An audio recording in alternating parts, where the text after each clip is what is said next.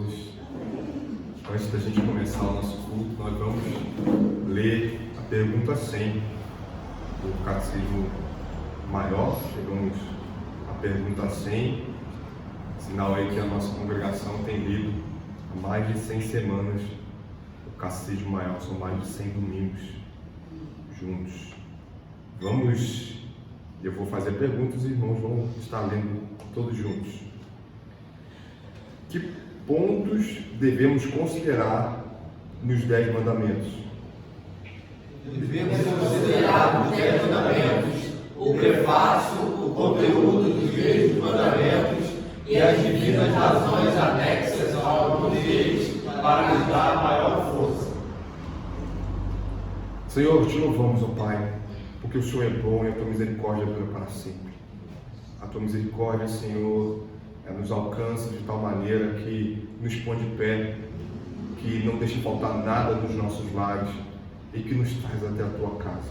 Obrigado porque a tua graça derramada sobre nós, porque sabemos que sem o sacrifício de Jesus Cristo, sem a obra do teu Filho, nossa vontade seria nula de estarmos aqui. Ó Deus, obrigado porque o Senhor agiu nos nossos corações. E é por isso que te rendemos graças, é por isso que entregamos a ti esse culto. Tem misericórdia de nós, porque somos por natureza irreverentes e queremos, Senhor, glorificar o teu nome com atenção e com devido temor. Nos ajude, Pai. É o que te pedimos em nome de Cristo Jesus, nosso Salvador. Amém. Amém, irmãos. Vamos abrir as nossas Bíblias no Salmo de número 92. Você pode, à medida que você for abrindo, você pode ficar de pé. Nós vamos ler o Salmo todo, todos juntos.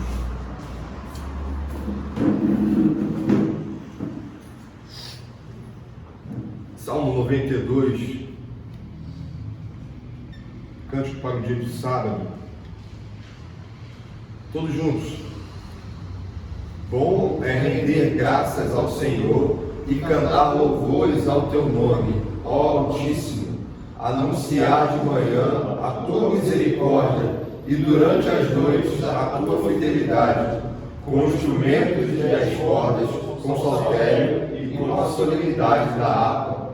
Pois me alegraste, Senhor, com os teus feitos, exultarei nas obras das tuas mãos.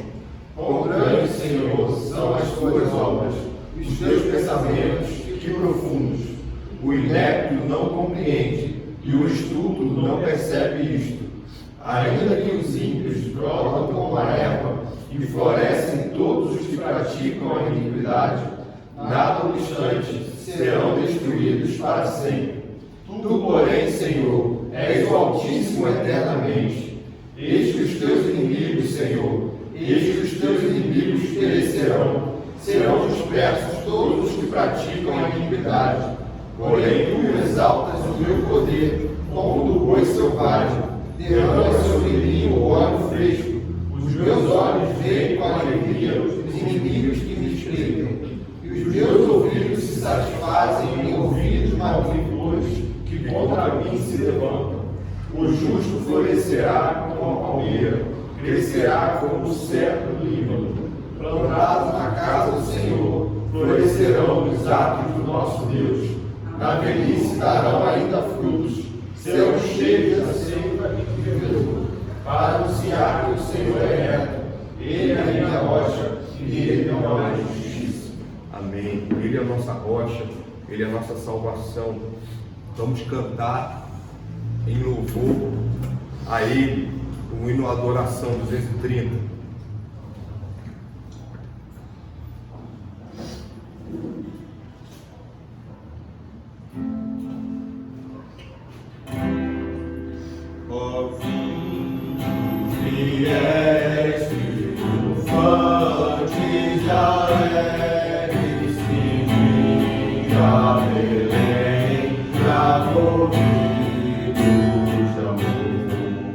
Nasceu vosso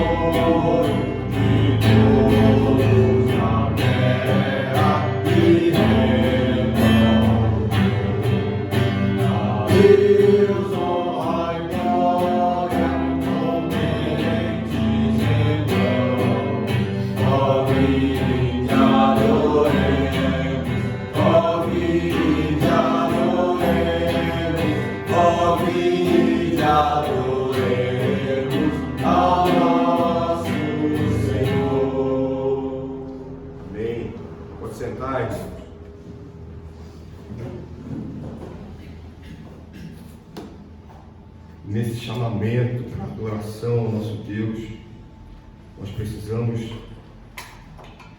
nos humilhar diante dele, reconhecer a nossa pequenez, reconhecer que somos pecadores e que temos pecado contra a sua lei.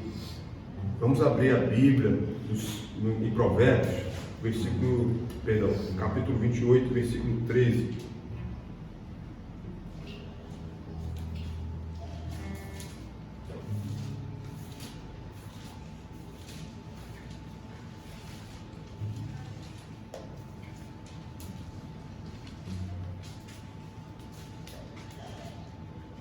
Provérbios 28, 13 diz assim: o que encobre as suas transgressões jamais prosperará, mas o que as confessa e deixa alcançará misericórdia. Isso que vamos fazer agora. O Senhor conhece e sonda os nossos corações. Mesmo assim, nós, duros como somos, negamos o nosso pecado. Que tamanha audácia nós temos. O Senhor sabe de tudo e nós, diante dele, deixamos de confessar os nossos pecados. Vamos fazer isso agora. Dobre a sua cabeça e ore ao Senhor, peça perdão, reconheça o seu pecado.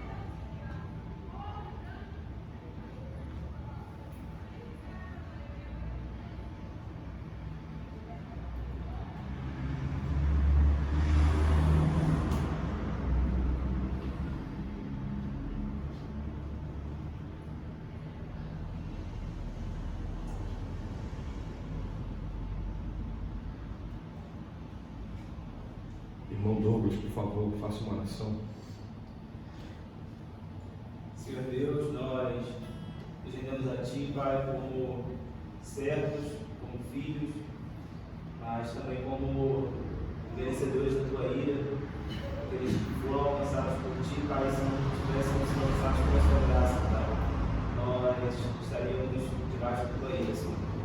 Por isso, Deus, nós pedimos a Ti que venha com o arrependimento só o Seu Espírito pode trazer aos nossos corações, Pai, para que a cada dia nós possamos olhar para a nossa real condição de queda, Senhor, e possamos nos arrepender, Pai, daquilo que ofende a Tua santidade, daquilo que nos leva a nos afastar de Ti, Senhor. Em nome de Jesus, que todas essas todo esse pensamento e esse conhecimento a respeito da queda não permaneça apenas na teoria em nossa mente, Pai, mas que o Teu Espírito possa gerar efetivo fruto de arrependimento, Senhor, nos levando a mudar de direção e cumprir a Tua vontade, Pai. Em nome de Jesus. O Senhor venha sobre a sua igreja, Pai, o Senhor venha sobre a sua noiva, disciplinando, levando ao centro da Tua vontade, Pai. Em nome de Jesus, pedimos a Ti que o Senhor nos conduza, Pai, promover, Senhor, que nós possamos seguir o Teu chamado, que possamos ouvir a Tua voz e seguir a Ti, Pai. Em nome de Jesus, é o que nós pedimos como igreja. Em nome de Jesus. Amém. Bem, vamos cantar ao nosso Deus. Número 68, necessidade.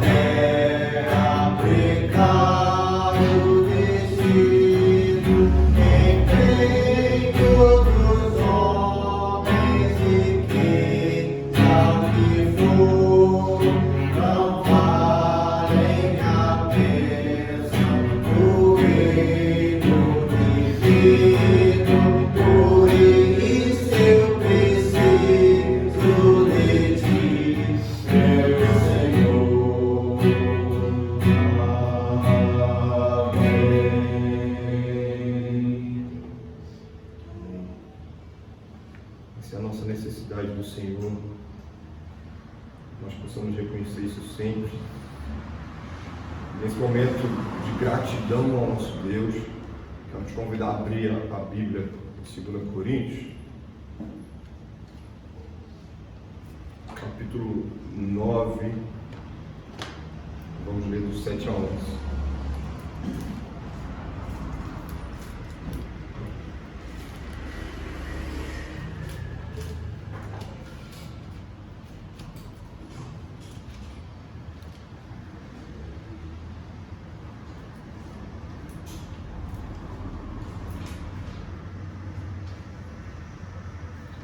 Segunda Coríntios 9, 7 a 11 diz assim: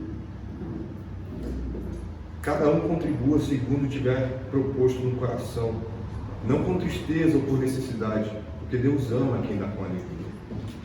Deus pode fazer-vos abundar em toda graça, a fim de que, tendo sempre em tudo ampla suficiência, superabundeis em toda boa obra. Como está escrito: distribuiu, deu aos pobres, a sua justiça permanece para sempre. Ora, aquele que dá semente ao que semeia, e pão para alimento também suprirá e aumentará a vossa sementeira e multiplicará os frutos da vossa justiça, enriquecendo-vos em tudo para toda generosidade, a qual faz que, por nosso intermédio, sejam tributadas graças a Deus. E nós tratamos sobre isso de manhã, que o Senhor não precisa de nada disso. Isso é uma oportunidade, essa é uma graça que Ele nos permite, um privilégio que Ele nos permite de ofertarmos e dizimarmos na casa dEle, para que o reino dEle seja glorificado e seja conhecido nessa terra. Então faça isso com alegria no coração. Você vai poder pegar o envelope com o nome do Vinícius e entregar seu dízimo e sua oferta. Nós vamos cantar ao Senhor. Eu te agradeço.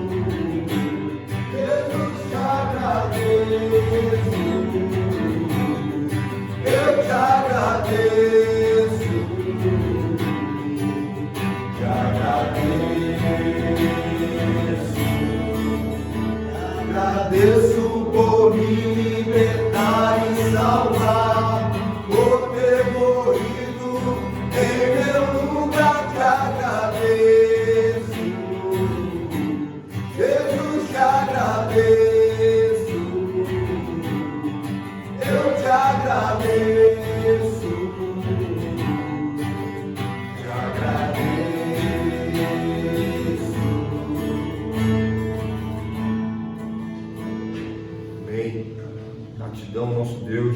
Dá o nome do Vinícius. Faça uma oração, nosso Deus. Obrigado, Senhor. Somos gratos a Ti por esse momento onde nós podemos adorar a Ti, os nossos bens, Senhor, por meio daquilo que o Senhor nos dá. E apenas uma devolução ainda ínfima, Pai, comparado a tudo que temos recebido, todas as Tuas bênçãos, as Tuas graças derramadas por nós, sejam elas materiais, sejam elas espirituais, Pai. Mas o Senhor ainda nos oportuniza nesse momento para que possamos adorá-lo, Pai, com os nossos bens também, demonstrando que não adoramos a Mamon, Pai, que não temos no nosso coração qualquer tipo de avareza, Pai, mas Louvamos a Ti por tudo que temos. Muito obrigado, Senhor, que o Senhor possa estar continuando nos abençoar, Pai, abençoando a cada membro da Tua congregação, da Tua igreja, Deus, para que possamos realmente Te adorar com os nossos bens, que o Senhor possa estar ajudando cada um, Senhor, nas suas finanças e nesse aspecto que eles possam, Senhor, glorificar o Teu santo nome também. Somos gratos a Ti e isso tudo agradecemos em nome de Jesus Cristo. Amém. Amém. Ainda em gratidão ao nosso Deus, abra o Salmo 117, que é nosso salmo da Bíblia. Vamos ler todos juntos. Salmo 117.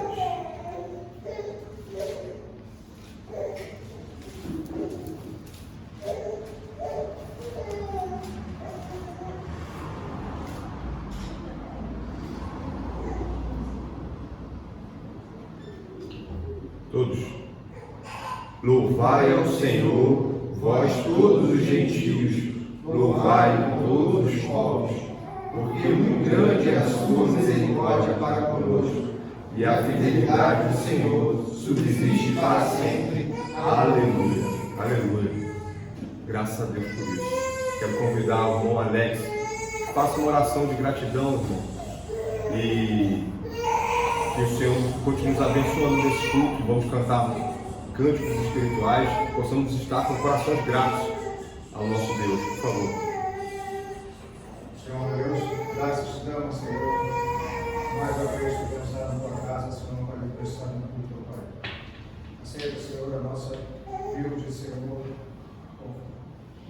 humilde oferta, Senhor, de coração. Que o Senhor, Pai, possa nos abençoar, Senhor, para que possamos, ó Pai, enfrentar as dificuldades, Senhor, do dia a dia, Pai. Mas que possamos, ó Pai, enfrentá-las de cabeça erguida, Senhor. Que as pessoas possam, Pai, ver a tua imagem em nós, Pai. Senhor, nós somos gratos por tudo, Pai. Desde o ar que respiramos, Senhor, até o que temos para nos alimentar. Meu Deus, abençoe esse culto, Pai. Aceite, Senhor, nosso humilde culto, em nome de Jesus. Amém. Amém. Amém.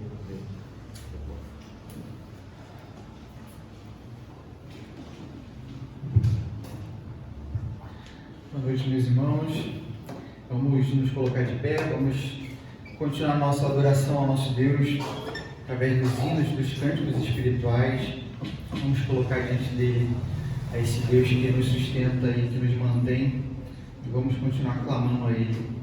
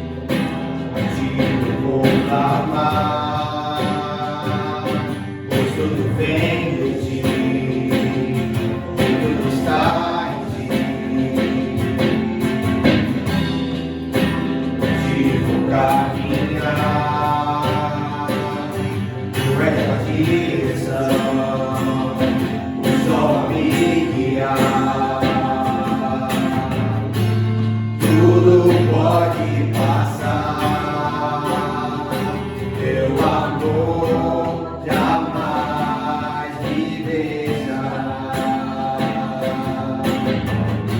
Sempre há de existir novo amanhã preparado pra mim,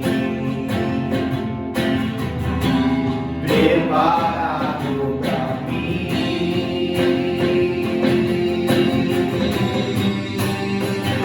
Eu me rendo aos teus pés, és tudo que eu preciso pra viver.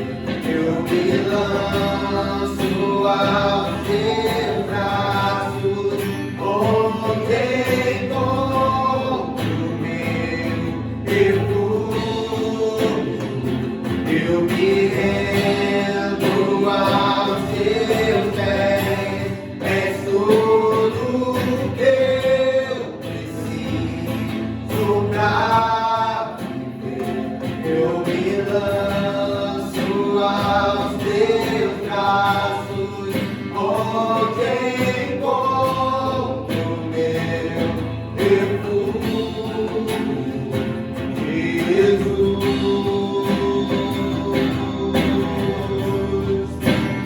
Eis-me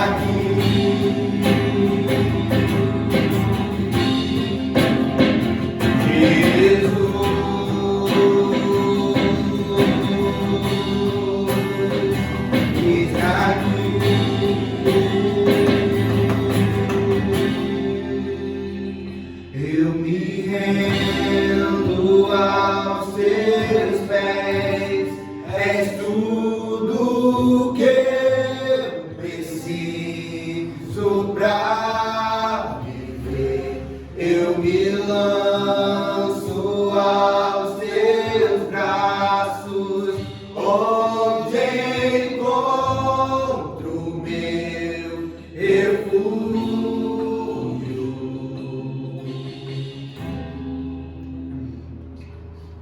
Nos braços do nosso Senhor que nós encontramos refúgio. É aí que nós devemos clamar as nossas aflições. É aí que nós devemos buscar forças. E Ele irá nos atender. Senhor, nosso refúgio.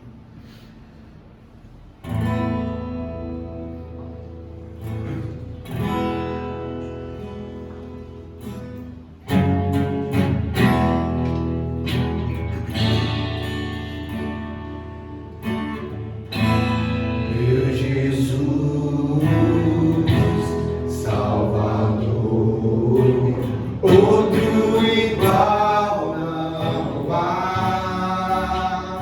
Todos os dias quero louvar as maravilhas de teu amor.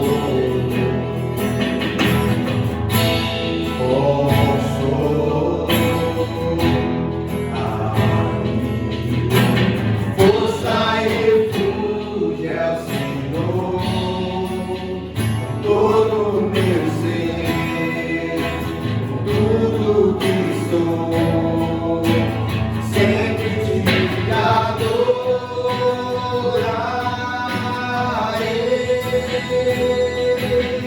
Aclame ao Senhor toda a terra e cantemos poder, majestade, louvores ao Rei. Montanhas se prostrem e ruge aos mares, ao som de teu nome. Alegre-te, louvo por teus grandes feitos, firmado estarei, sempre te amarei. Incomparáveis são tuas promessas pra mim. Meu Jesus,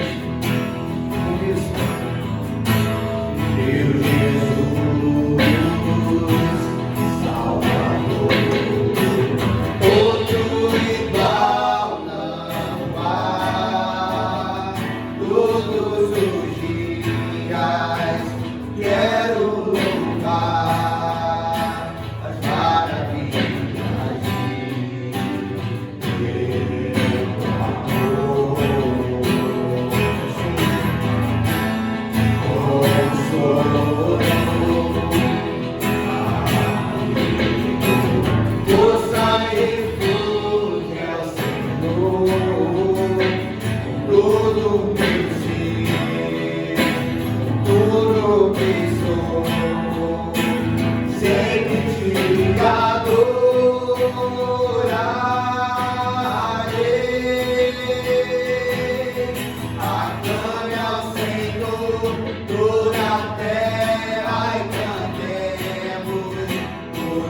majestade, louvores ao Rei. Montanhas se prostrem, derrubos aos mares, ao sol de teu nome. Alegre-te, louvo por teus grandes feitos. Firmado estarei, sempre te amarei. Incomparáveis são tuas promessas. Incomparáveis são tuas promessas. Incomparáveis são tuas promessas pra mim.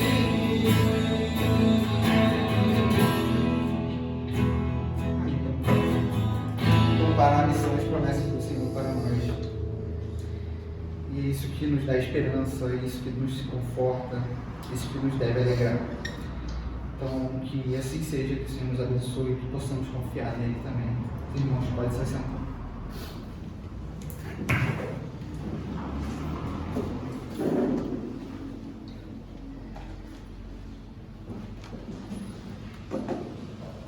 Irmãos, vamos voltar ao capítulo 28 de Provérbios. Agora a gente vai estar lendo o versículo 9.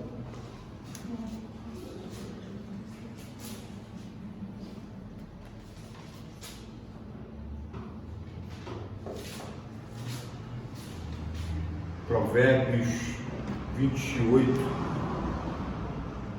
9, diz assim: o que desvia os ouvidos de ouvir a lei, até a sua oração será abominável. O que desvia os ouvidos de ouvir a lei, até a sua oração será abominável. É na palavra de Deus que nós encontramos resposta para tudo, inclusive para orar. Se você não lê a palavra, qual vai ser o seu padrão de oração? Se você não está atento à pregação, como que você vai viver a vida em comunhão, em culto ao nosso Deus e meditar na palavra de Deus durante toda a semana? Você não consegue estar atento à palavra de Deus por alguns minutos. Só tem misericórdia de nós, porque nós somos pecadores e nos desviamos constantemente da lei do Senhor. Nesse momento de pregação, essa é a nossa oração, que nós consigamos ficar atentos e não venhamos nos desviar da lei do Senhor. Vou pedir à irmã Jéssica que faça uma oração pela vida do irmão Vitor e pelas nossas vidas, por favor. Pai eterno, graças te damos nessa noite, Pai. Como é bom louvar o teu nome, como é bom, Senhor Jesus, estar na tua casa, Senhor, na comunhão dos santos, meu Pai. Louvado seja o teu nome, engrandecido, Pai. Obrigado, meu Deus, pelos louvores, obrigado, Senhor, pelo momento de contribuição. Senhor, agora chegou o momento, Pai, de nos alimentarmos.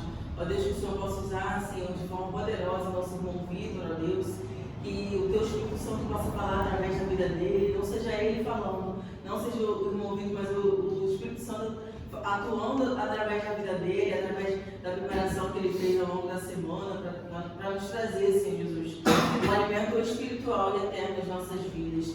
Que nós possamos estar atentos, bem como o irmão aplicou aqui, à tua palavra, Senhor. Tira nos livros de tudo que pode nos desviar a atenção, que nós possamos focar a nossa mente e o nosso coração na tua palavra, que é a verdade, nesse momento. É o que eu te peço e te agradeço, no nome santo de Jesus. Amém.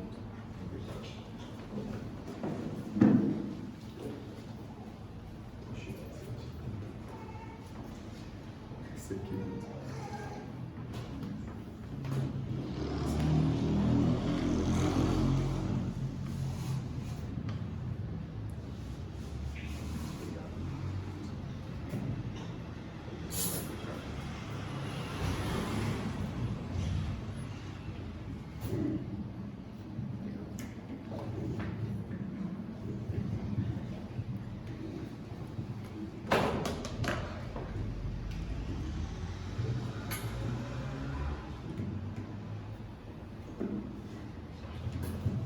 Boa noite, meus irmãos. Vamos seguir nossa exposição da Epístola aos Filipenses. Hoje, Filipenses, capítulo 1, versículo 27.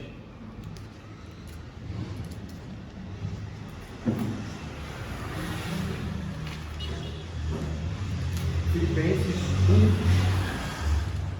1, 27 ao 30. Filipenses 1, do 27 ao 30. Se a gente lembrar, 2 domingos atrás, domingo passado, o reverendo Aurélio pregou sobre contentamento, pregou sobre o capítulo 4.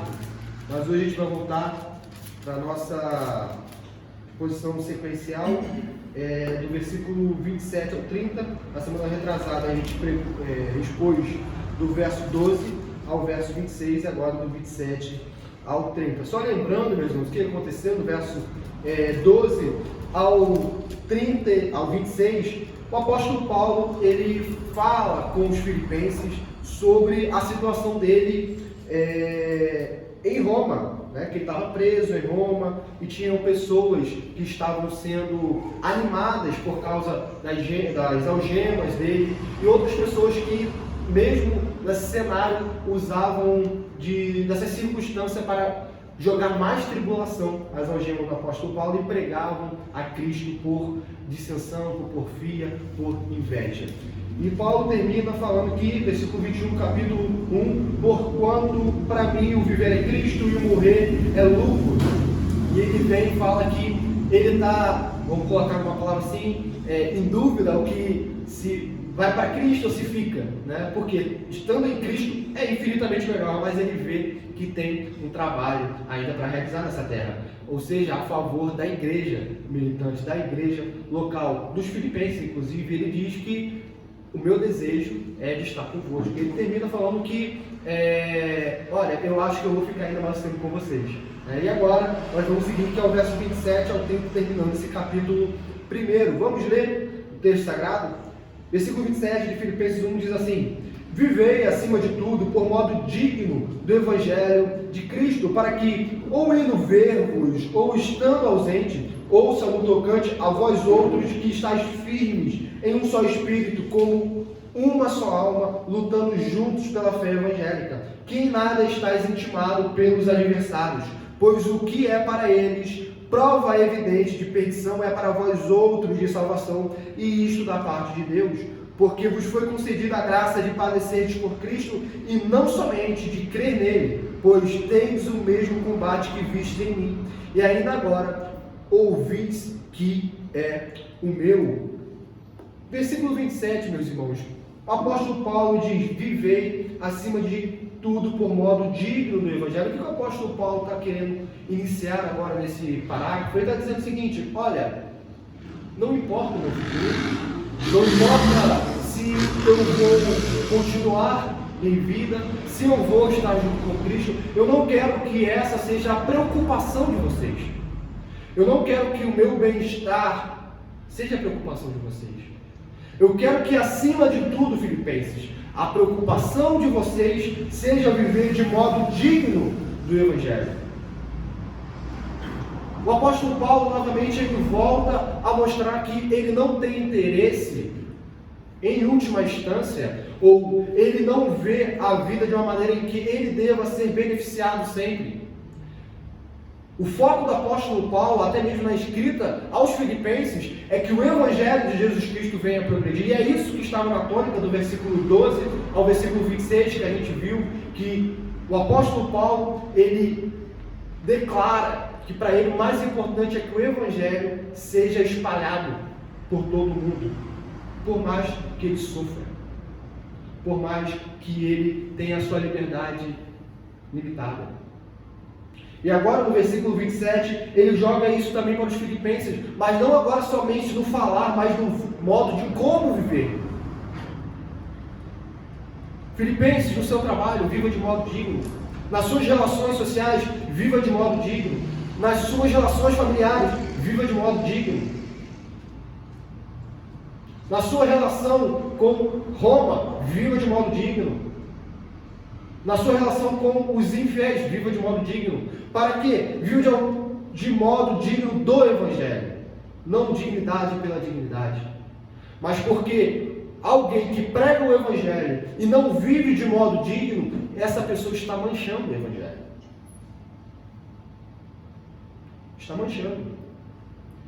Parafraseando um certo pastor, ele diz que eu considero cristão aquele que não se envergonha do Evangelho e nem é uma vergonha para o Evangelho. Uma pessoa que é uma vergonha para o Evangelho, essa pessoa ela está indo contra o Evangelho, que é o que nós temos vivido hoje em dia. Muitas pessoas vivendo não de modo digno do Evangelho. Quando a gente, os cristãos, vamos pregar o Evangelho, os infiéis falam, mas tem aquele tipo de pessoa que se declara cristã e pratica isso, aquilo. E a gente tem o quê? Uma barreira. Não uma barreira por causa do Evangelho, mas por causa das pessoas que vivem não de modo digno do Evangelho. Por causa do pensamento que nós vamos ver hoje, que a unidade cristã é a qualquer custo. Do 27 até o versículo 30, nós vamos ver que a unidade cristã é a unidade cristã da batalha. E é uma unidade verdadeira. Não uma unidade em que venha como estás, fique como estás. Não. Venha como estás para viver de modo digno do Evangelho. Ou seja, isso implica arrependimento. Isso implica da igreja rechaçar todas aquelas pessoas que não estão interessadas a viver de modo digno do Evangelho, tanto ministros como membros. Porque, meus irmãos, o que está em jogo para o apóstolo Paulo e para os cristãos todos é a imagem de Jesus Cristo. Nós somos ou não somos embaixadores do reino? Nós somos ou não somos embaixadores de Jesus Cristo? Assim como o embaixador de um governo humano, se ele vive de modo não digno na sua nação, ele está manchando a sua nação em terra estrangeira, assim também nós, quando vivemos de modo indigno aqui nessa terra, nós estamos manchando o Evangelho de Jesus Cristo, nós estamos manchando a imagem do Filho de Deus. Sempre que nós não vivemos de modo digno do Evangelho, no nosso ambiente de trabalho, na nossa família, ou em qualquer outro lugar, no nosso namoro, no nosso casamento, na nossa relação pai e filho, sempre estamos manchando o Evangelho, porque nós somos embaixadores do reino de Jesus Cristo. A não ser se nós viemos a adotar uma ideia de que é possível tirar, vamos colocar assim, a veste de embaixador. Olha, eu sou embaixador quando estou indo para a igreja. Eu sou embaixador de 9 às 5. Não. Nós somos embaixadores do reino de Deus. Aonde nós estamos, o horário que nós estivermos, sempre nós somos associados com o reino de Deus. Ainda mais se nós professamos publicamente o Evangelho que deva ser professado publicamente.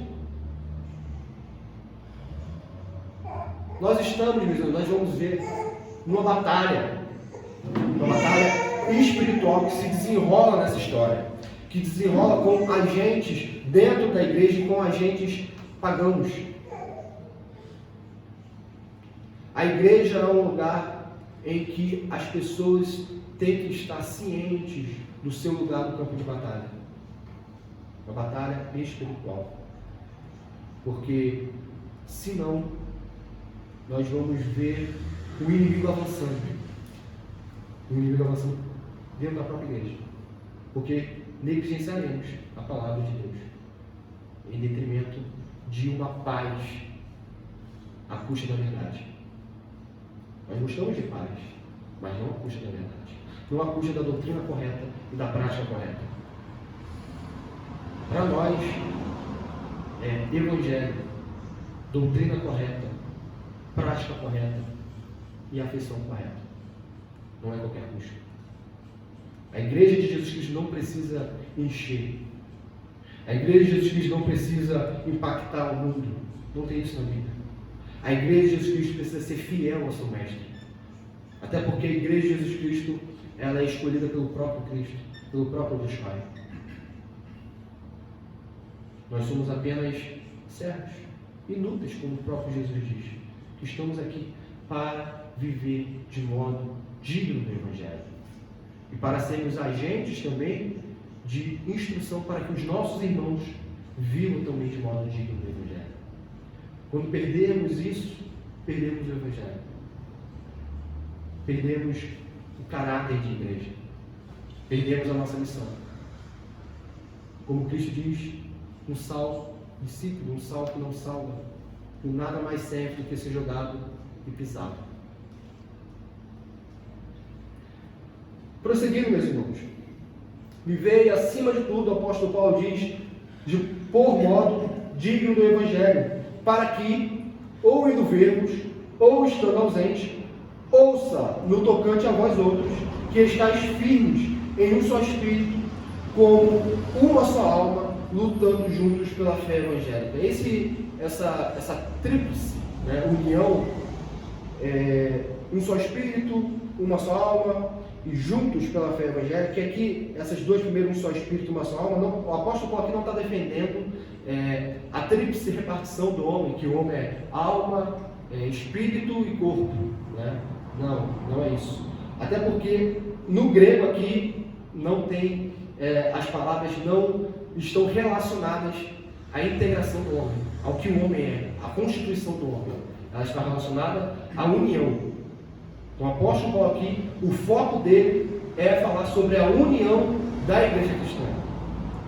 A gente não vai abordar, mas nós sabemos que o corpo, né, nós, seres humanos, somos chamados de alma e corpo. Alma e corpo. Ok, meus irmãos? Eu indo ver o apóstolo Paulo, o interessante para o apóstolo Paulo, o que ele deseja é o quê? É o progresso dos filipenses. O apóstolo Paulo, ele não quer que os filipenses sirvam a Jesus Cristo de modo digno apenas quando o apóstolo Paulo chegar em Filipos. Apenas quando o apóstolo Paulo lá estiver. Não é isso. Eu estando presente ou eu estando ausente e ouvindo a respeito de vós. Por quê? Porque o interessante não é os filipenses servirem de modo digno para agradar o apóstolo Paulo, para subirem no conceito do apóstolo Paulo. Não é isso. Mas a gente vai ver, é para a salvação dos próprios filipenses. O que o apóstolo Paulo está falando aqui é: eu desejo que vós sejam salvos. Esse é o desejo do apóstolo Paulo. O apóstolo Paulo tem um coração tão missionário, mas tão missionário, que em Romanos ele diz que, se fosse possível, ele cria um cenário hipotético e diz: se fosse possível, eu mesmo me consideraria anátema para a salvação do meu povo judeu. É esse o amor que o apóstolo Paulo tem para os perdidos, e muito mais o amor que ele tem para a igreja cristã. O apóstolo Paulo não quer que a igreja encha de pessoas que não vão ser salvas. Porque quando a igreja ela só está interessada em encher de pessoas, ela está enganando as próprias pessoas que aqui estão. Cauterizando a consciência das pessoas, não dizendo que a fé cristã não é uma fé fácil, mas que a fé cristã é uma fé de sofrimento, é uma fé de abnegação, é uma fé em que nós devemos sair do centro das nossas vidas e colocar Jesus Cristo. Isso é fé cristã. E quando não se prega isso para o interesse de um status social, o interesse de uma igreja relevante para a sociedade, não uma igreja fiel à palavra de Deus, o que acontece é enganar os membros. O que acontece é que a liderança não está interessada na vida espiritual dos membros. O que acontece é que a liderança está interessada no número. Não importa se aquele membro vai para o céu ou vai para o inferno. Meus irmãos, a igreja, a gente não pressupõe que todas as pessoas que vêm na igreja vão para o céu. Nós devemos ter a certeza da nossa salvação, devemos, mas devemos desconfiar de nós mesmos muitas e muitas vezes, para que nós não venhamos a amparar a certeza da nossa salvação em algo ilusório, em algo que não é palpável e não é compatível com a palavra de Deus. Nós devemos dizer: eu tenho certeza da minha ação por causa disso. E elencar por que nós temos certeza da nossa salvação. Por causa do sacrifício de Cristo. E esse sacrifício foi derramado a meu favor. E por causa desse sacrifício derramado a meu favor, agora eu vivo de modo digno do Evangelho. Nisso. É o que Cristo fala, não é possível uma árvore boa dar maus frutos, e não é possível uma árvore má dar bons frutos. Não é possível uma pessoa que foi vertida pelo sangue de Jesus Cristo dar frutos podres. Não é possível. Não somos nós que estamos dizendo, é o próprio Cristo. E quando ele diz isso, ele diz para nos exortar e para nos alertar, porque ainda tem uma esperança. E quanto à vida, há esperança de, quando fala para o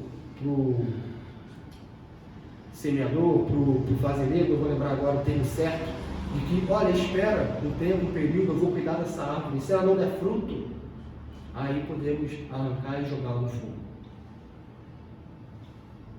É o cenário da igreja cristã.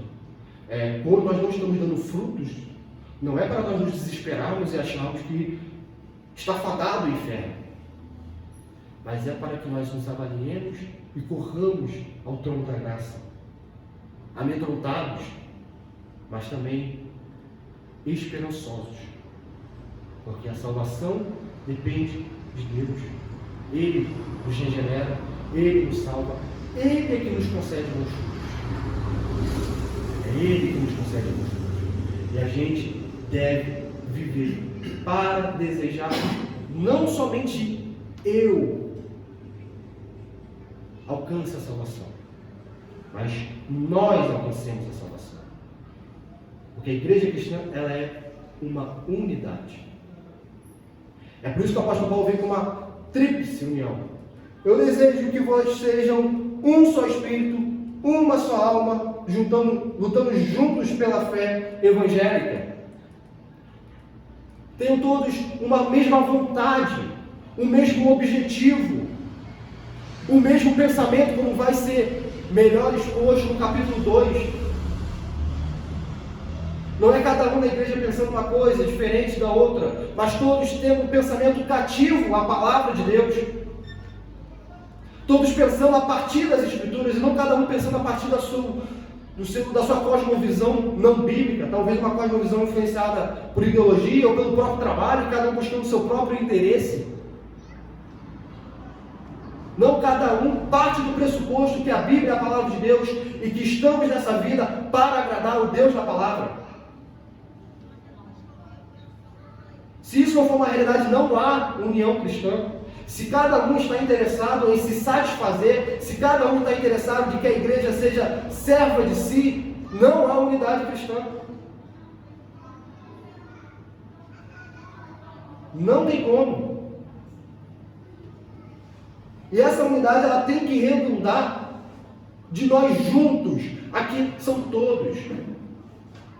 O apóstolo Paulo, no capítulo 1, no verso 1 e 2, ele diz o quê? Que ele está escrevendo essa carta, inclusive, bispo e diáconos que vivem em Filipos. Mas antes ele diz que é para todos os santos que estão naquela região. Ou seja, quem que tem que lutar pela fé evangélica? Pela fé cristã? Somente bispos e diáconos? Todos. Bispos, diáconos e todos, toda a membresia. Aonde estiver. Juntos. Não é terceirizar a luta cristã. É cada um onde estiver cativar o pensamento a Cristo. Em cada área. O cristão moderno, ele tem um pensamento como? Ele vem para a igreja, é um pensamento dicotômico. Ele vem para a igreja e ele pensa nas coisas do alto. Quando isso acontece, ainda é muito raro, mas ele ainda pensa nas coisas do alto. Mas quando ele sai da porta para fora, ele muda o seu pensamento. Aí ele pensa como um homem secular. Aí ele pensa de acordo com a sua profissão. Aí ele pensa de acordo com os livros que ele está lendo. Aí ele pensa de acordo com a sua educação. Ele pensa em tudo, menos na palavra de Deus. Pergunte a opinião de qualquer pessoa sobre qualquer assunto de valor moral. E muitos cristãos, em última instância, vão recorrer à palavra de Deus como causa da sua opinião. Não, tenha a sua opinião porque está escrito em Provérbios, está escrito em Gênesis, está escrito... Não. Eu tenho essa opinião porque eu li um artigo. Eu tenho essa opinião porque eu vi na TV. Eu tenho essa opinião porque um amigo meu me falou. Eu tenho essa opinião porque... E cadê o apóstolo Paulo dizendo que nós devemos trazer todo o pensamento cativo a Cristo? É tudo que nós ouvimos trazer para a Bíblia. Porque senão não vai haver unidade, meus irmãos. Se cada um não fizer isso, de tudo o que eu absorvo neste mundo mal, nós estamos no mundo mal, eu só absorvo através do crivo das Sagradas Escrituras. Senão eu excluo. Estamos falando de coisas, valores morais, tá? E também, se a gente pensa moralidade, praticamente toda a área do homem é moral. Porque nós somos seres morais. O fato de nós colocarmos um cinto de segurança é moral. Estamos preservando a vida. Não matarás, sexto mandamento. Um simples fato, colocar um cinto de segurança. Simples fato. Junto, o apóstolo Paulo diz, Filipenses, eu desejo que vocês estejam juntos, lutando pela fé evangélica, não cada um lutando por sua causa particular, não cada um levantando bandeiras particulares. Porque quando nós levantamos bandeiras particulares, a conquista não é de Cristo. Não é. Não é de Cristo. É a conquista do mundo. A conquista do presente século.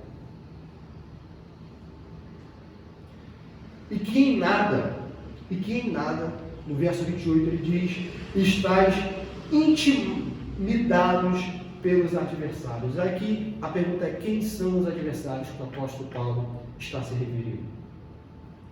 São gentios, pagãos, são judeus? Possivelmente são os dois.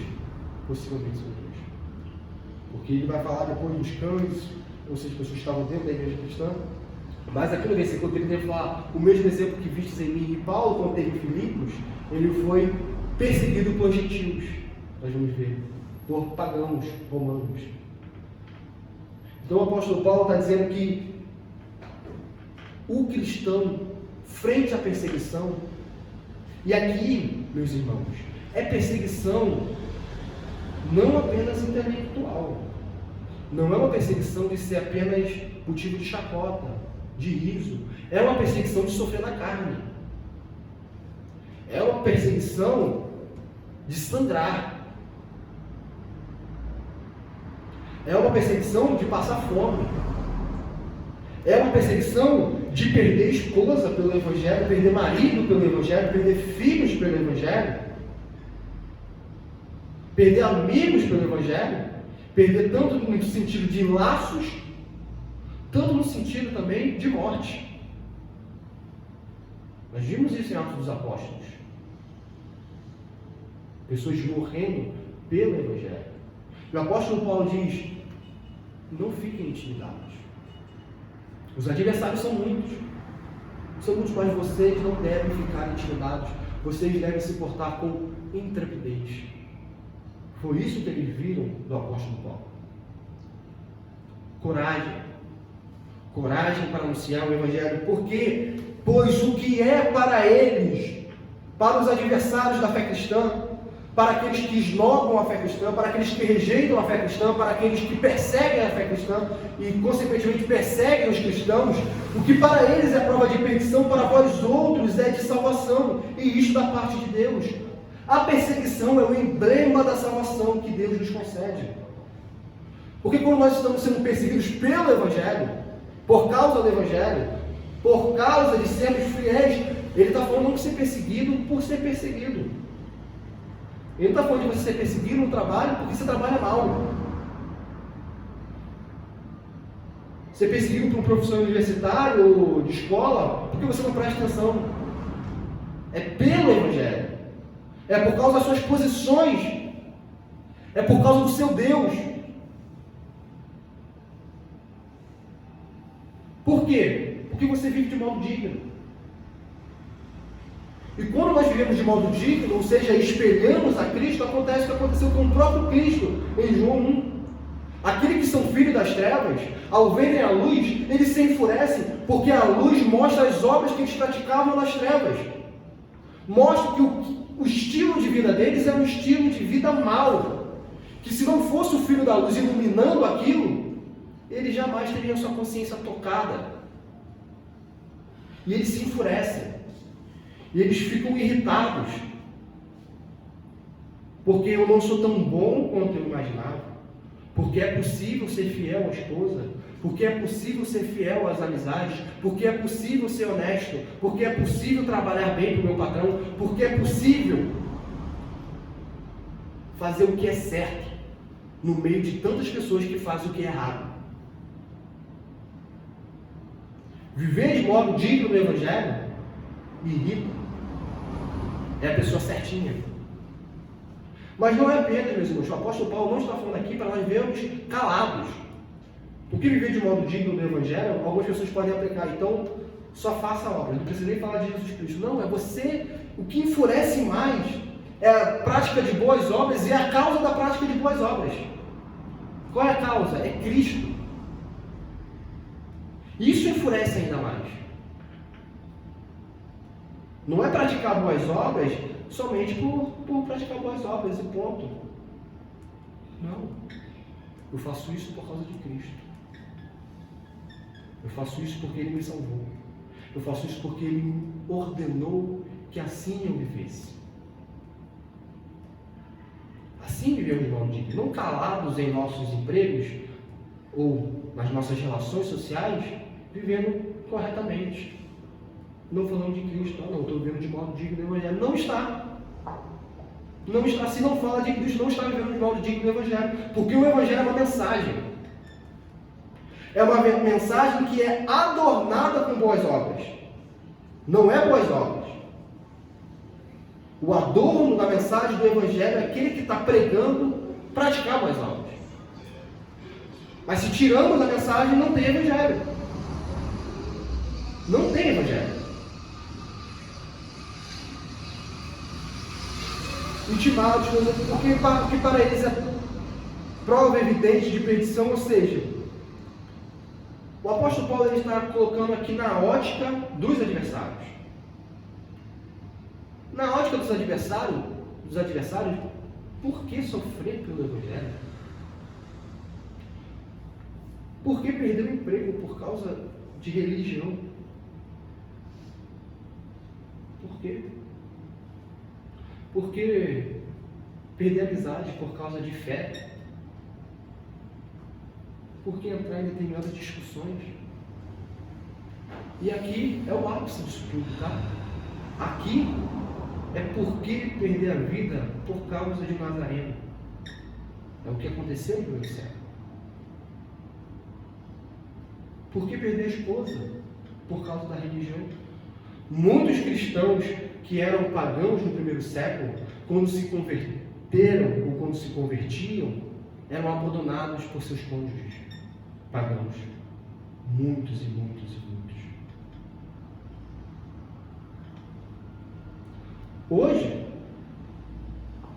Hoje, em países dominados pelo islamismo, filhos que são convertidos à fé cristã são expulsos de casa.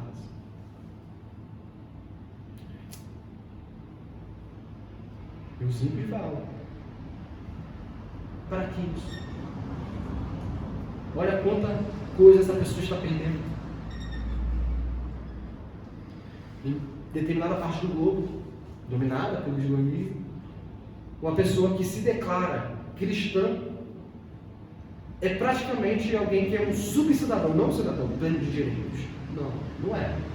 Isso quando ele pode declarar sua fé.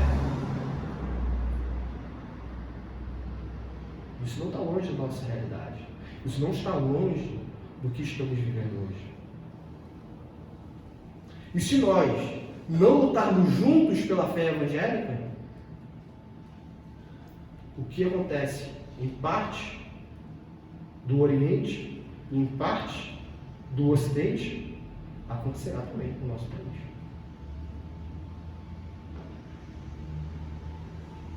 Se vivermos de modo que o Evangelho não importa, para que pregar? No Nordeste nós temos islâmicos pregando a sua fé, catequizando crianças. E nós estamos fazendo o quê? Pulando nas igrejas, enchendo, fazendo festa.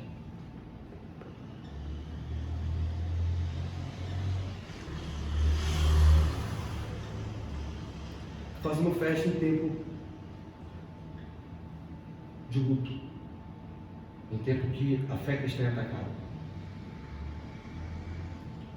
Mas o que para eles é prova de perdição, para nós é de salvação. Porque nós consideramos tudo como perda por causa de Cristo.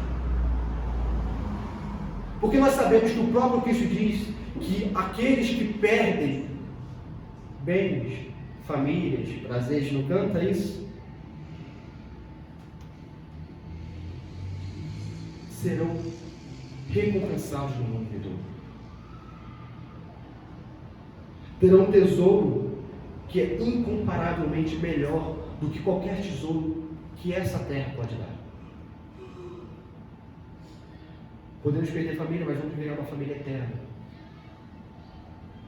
Podemos perder pais, mas nós vamos ganhar o Pai Celestial. Podemos perder esposo, mas nós vamos ganhar o verdadeiro esposo de Jesus Cristo. É para isso que o cristão vive. É ansiando Cristo. É ansiando espalhar as boas novas de Cristo. Por quê? Porque nos é concedido, como está no versículo 29, a graça de não apenas crermos em Cristo Jesus. Nos é concedido a graça de padecermos por Cristo Jesus. É uma graça. É uma graça por causa que quem concede? Deus. Sofrimento em si gera sofrimento. Sofrimento reduz em sofrimento. No mundo natural é isso. Mas como o sofrimento ele vem controlado por Deus para o aperfeiçoamento dos seus santos, ele não redunda em mais sofrimento. Ele não redunda em um emaranhado de aleatoriedade que nós ficamos sem entender o porquê que aquilo está acontecendo. Redunda em graça. A causa é graça e a consequência é graça. É desfrutarmos da graça de Deus em nossas vidas realmente.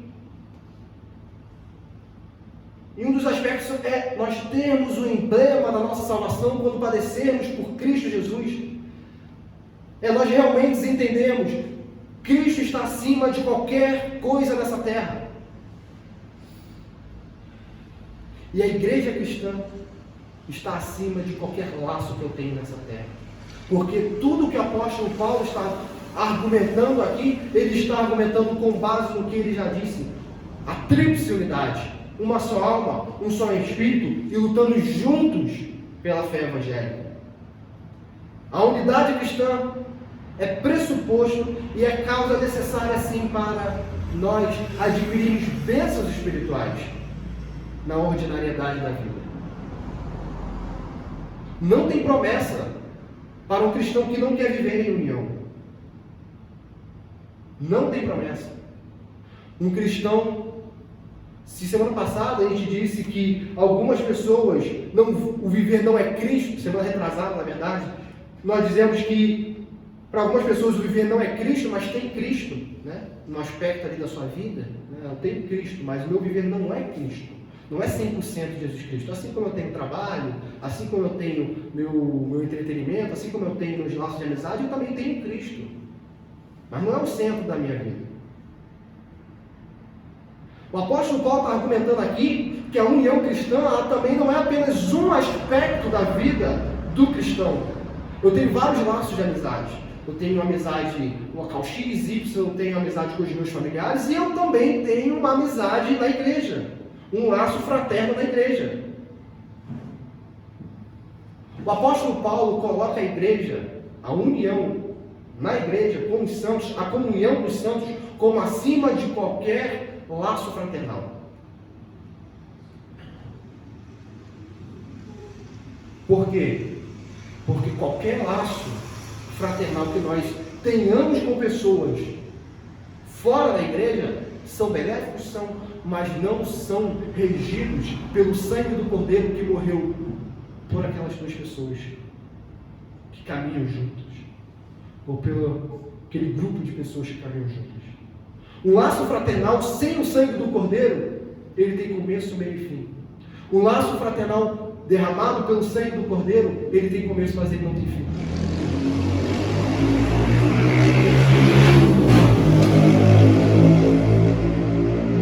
A união cristã, ela é muito mais importante e muito maior do que qualquer união. O próprio Cristo falou: ameis uns aos outros como vocês amam a si mesmo. Perdão, o que expressei errado. Ame o seu próximo como a si mesmo. Mas uns aos outros, ele está falando na igreja, como eu vos amei. Dentro da igreja, o padrão de amor é o padrão de Cristo. E qual que é o padrão de Cristo? É um amor sacrificial. É um amor de morrer pelo irmão. Do seu lado, da sua frente, atrás de você.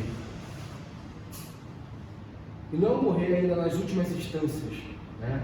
Se houver um medo de perseguição, eu vou dar minha vida por Israel, por Áquila, por Alex, por... Não.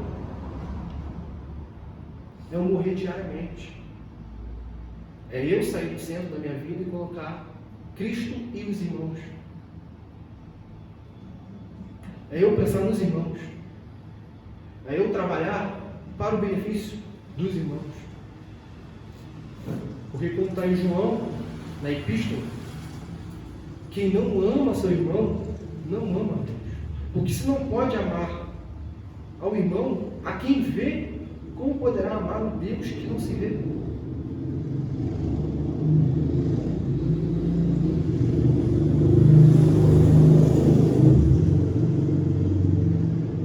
Porque vos foi concedida a graça de padeceres por Cristo, e não somente de crentes nele, padeceres juntos.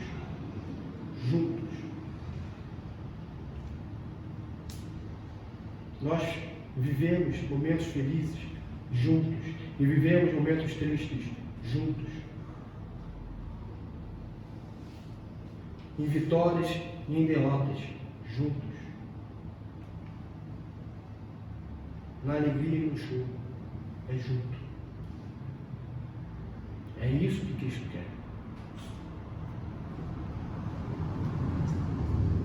Pois tendes o mesmo combate que vistes em mim, e ainda agora ouvis que é o meu. Ele termina que ainda é o meu, por quê? Porque ele já disse que ele está algemado em Roma por causa do Evangelho.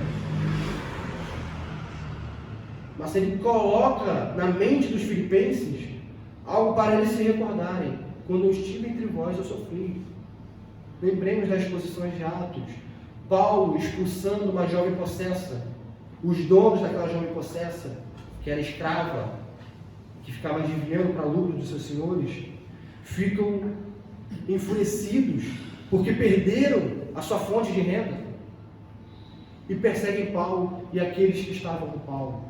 E Paulo é jogado na prisão e Paulo sofre na prisão. O apóstolo Paulo é machucado na prisão. E tudo ele faz por causa que ele estava pregando para os amigos.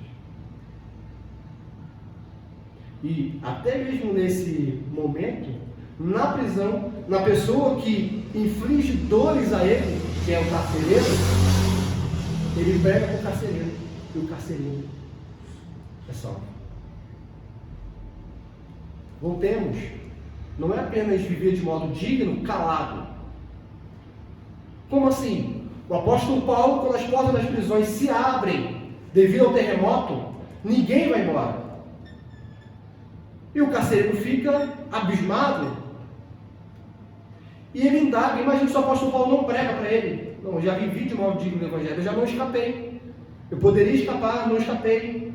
E lembremos que se o carcereiro deixasse alguém escapar, não interessasse o motivo, ele seria morto pelas leis romanas. Pelas leis romanas.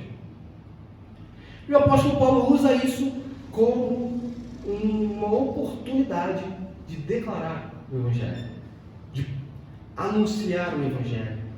E aquele carcereiro se converte. E aquele carcereiro vira um cristão professo e um dos membros fundadores da igreja de Filipos.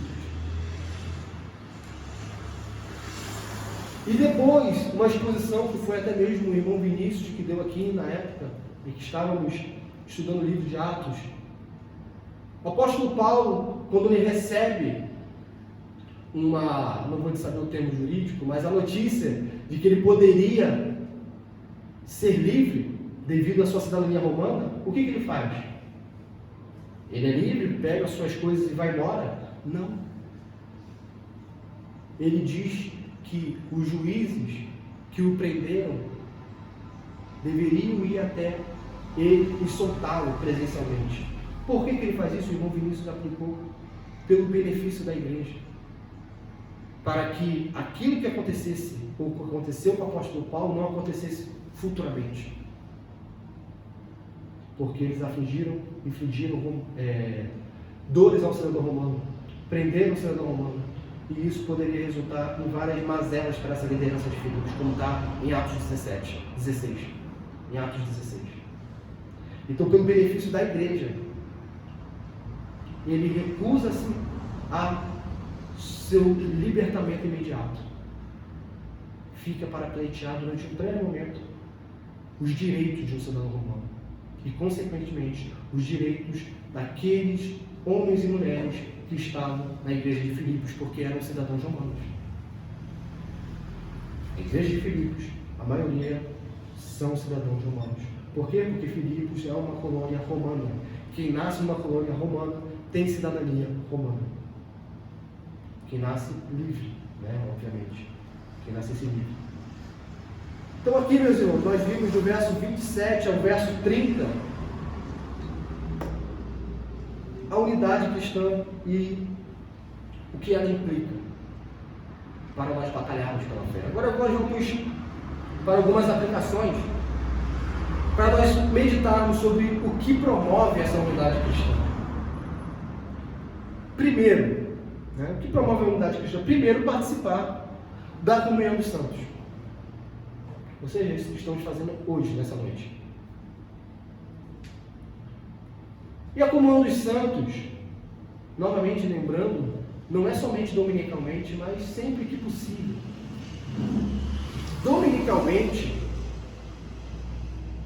na hora do culto solene, é convocação. O que é convocação? A palavra de Deus é convocação solene. Convocação é que não é optativa aparecermos ou não aparecermos no culto. Porque Deus convoca o seu povo. Se Deus convoca o seu povo tem que ir, porque é uma convocação divina. Mas a vida cristã, ela ultrapassa também a convocação divina, como o próprio Deus instrui em Atos. Porque diariamente estavam juntos para a comunhão. É o que está em Atos capítulo 2, do verso 42 ao verso 47. Uma igreja que se reunia além dos cultos. Uma igreja que se interessava pelo próximo além dos cultos. E uma igreja que, fazendo isso, o Senhor acrescentava os que iam ser salvos.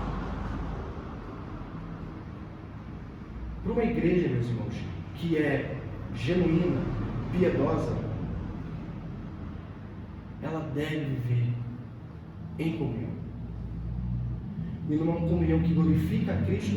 E quando realizarmos isso, o que é ordinário, o que é comum na nossa vida, Deus vai acrescentando dia a dia os que vão sendo salvos.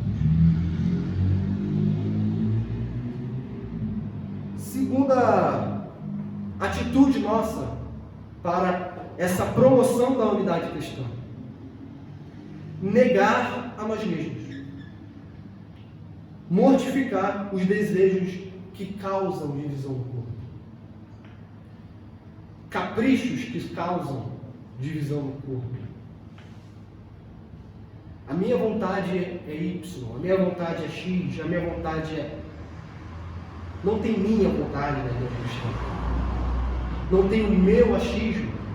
Eu acho que o culto tem que ser assim, assado. O que a palavra de Deus diz sobre o culto?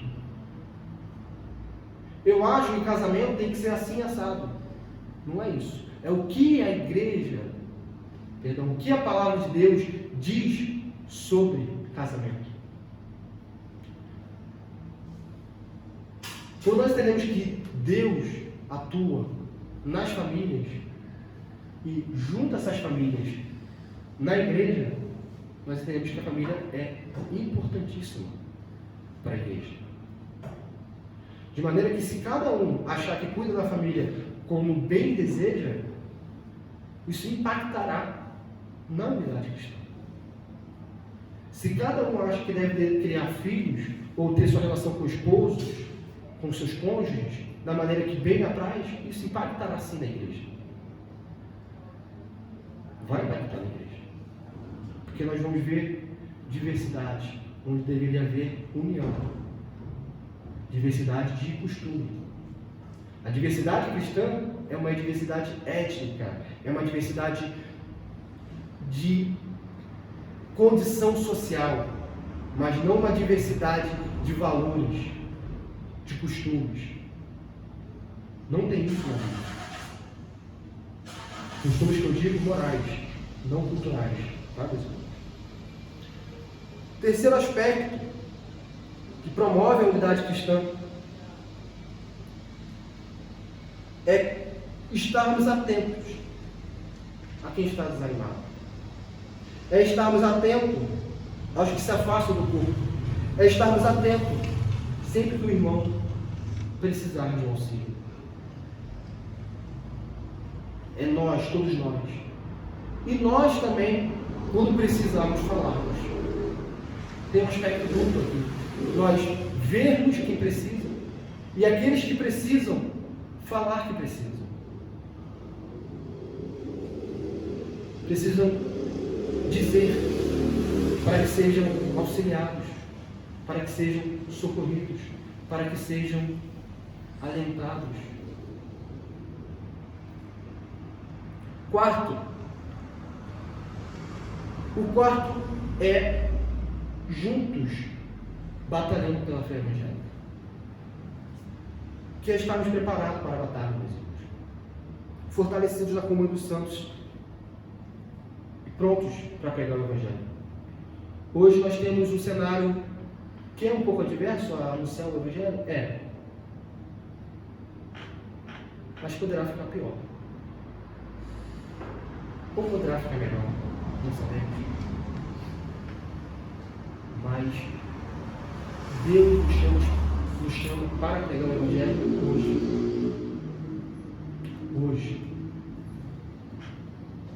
hoje.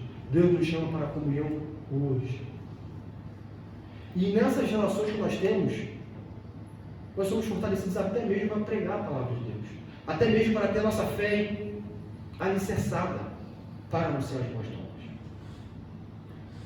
E por último, meus irmãos,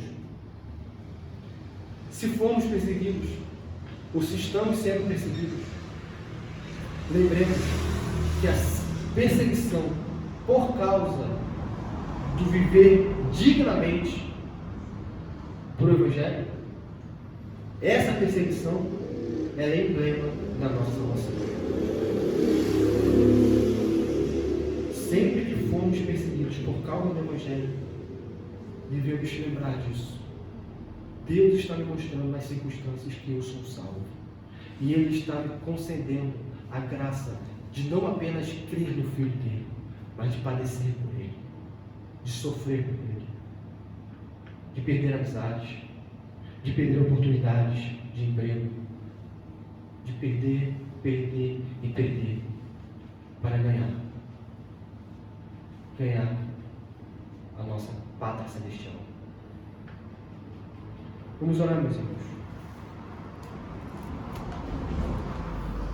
Santo Deus, amado Pai, muito obrigado, Senhor, por mais um domingo que Tu estás conosco, Pai. Por mais um domingo, Senhor, que o Senhor nos ajunta, ó Pai, para cultuarmos a Ti, Deus, para estreitarmos mais ainda os nossos laços, Pai, que são firmados pelo sangue de Jesus Cristo. Senhor, nós somos pecadores, Senhor Pai. Nós somos, muitas vezes, insensíveis com a dor do próximo, Pai. Nós não sabemos como amar o nosso próximo, Pai. Mas, por favor, Senhor, que todas as mazelas, Senhor, que exalam de nós, Pai, que toda a vez, Pai, que nós magoamos o irmão, Pai, que isso, Senhor, venha a ser claro para nós, Pai, para que nós venhamos buscar, Deus, arrependimento em Ti, Pai, e perdão do irmão, Pai. Sabemos, ó Pai, que iremos magoar uns aos outros, Pai. Sabemos, ó Pai, que iremos decepcionar uns aos outros porque somos pecadores, ó Pai. Mas que quando isso acontecer, Pai, seja ainda mais evidente que o laço que nos une, ó Pai, não é humano. Não é estar vivendo as mil maravilhas, mas é mesmo quando nos magoarmos uns aos outros, andarmos juntos, por causa de Cristo. E isso, Senhor, nós sabemos, será para o nosso crescimento e para estreitar ainda, Deus, mais os nossos laços. Porque assim como irmãos naturais brigam, Deus, logo após se reconciliam, Deus, para viver a vida, Senhor, mais unidos e mais fortes. Muito superior seja o que ocorre na sua igreja, Senhor. Muito superior a isso. E nos prepare, Senhor, unidos, juntos, ó Pai, para a batalha. Para batalharmos, Deus, por uma ortodoxia, Deus. Batalharmos, Deus, por uma ortopraxia, Deus. Batalharmos pela ortopatia, Senhor. Que batalhemos pela doutrina correta, Senhor. Pela prática correta, Senhor. E que batalhemos pela afeição correta. Aqui, Deus. Enquanto estamos aqui, Senhor. Neste mundo, Senhor. Unidos, ó Pai, sempre. Como Tu, ó Cristo, rogou em João 17. Que eles sejam um, para que creiam que Cristo e o Pai são. Que entendamos, Pai, que a união nossa não se resume a nós mesmos, Pai, mas a mostrarmos que o Pai e o Filho são um. Para mostrarmos para o mundo o amor que existe no Pai e no Filho para este mundo caído. Nos mostre, Deus, a seriedade da união cristã e a importância. Pedimos a Ti, Senhor, em nome de Jesus Cristo. Amém e amém.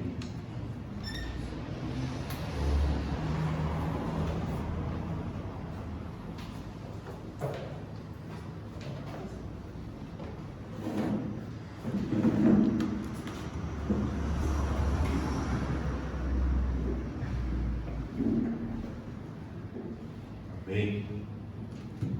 Graças a Deus por essa mensagem. Vamos cantar agora, agradecendo a Deus, glorificando a Deus por esse culto. Salmo 16.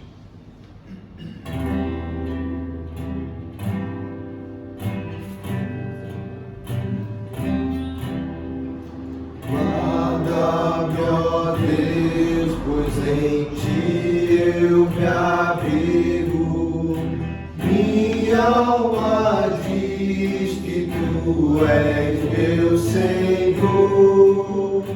Além de Ti, outro bem eu não tenho, e nos Teus santos está meu prazer. Há muitas punições, penalidades mil, a quem por Deus trocar o Senhor. Jamais darei sacrifício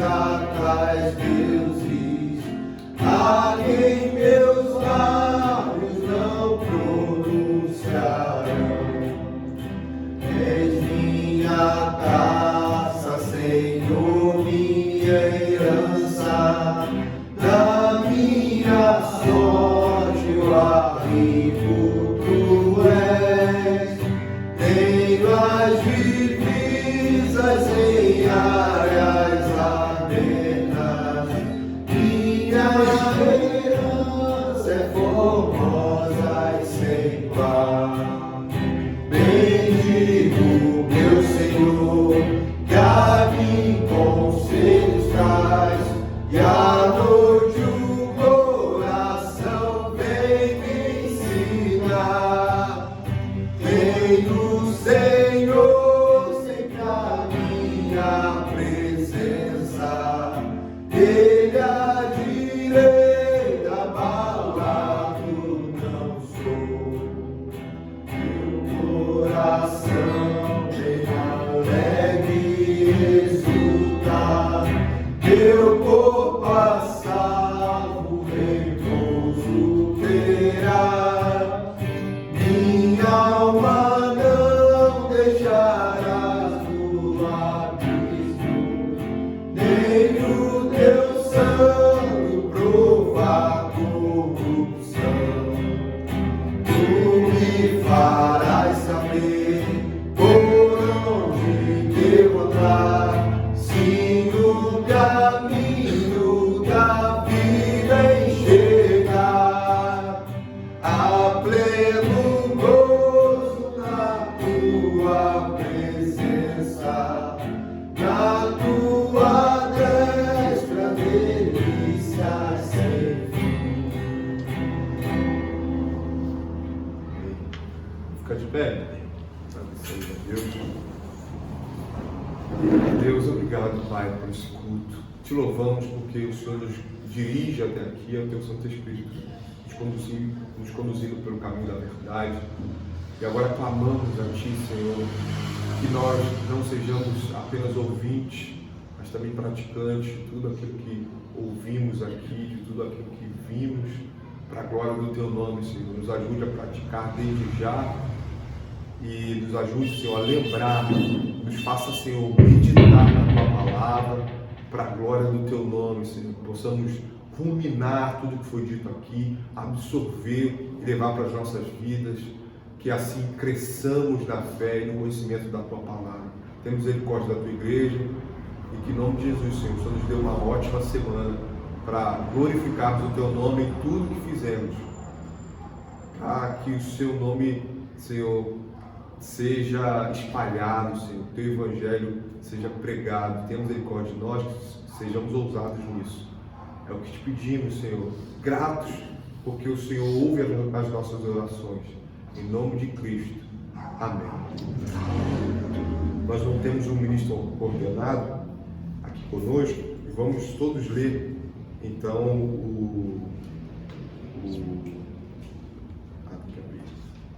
2 Coríntios 13, versículo 13.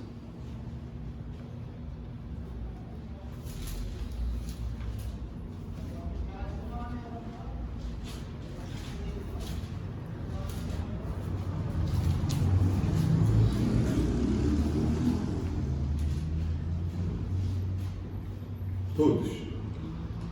A graça do Senhor Jesus Cristo, e o amor de Deus, e a comunhão do Espírito Santo, seja com todos nós.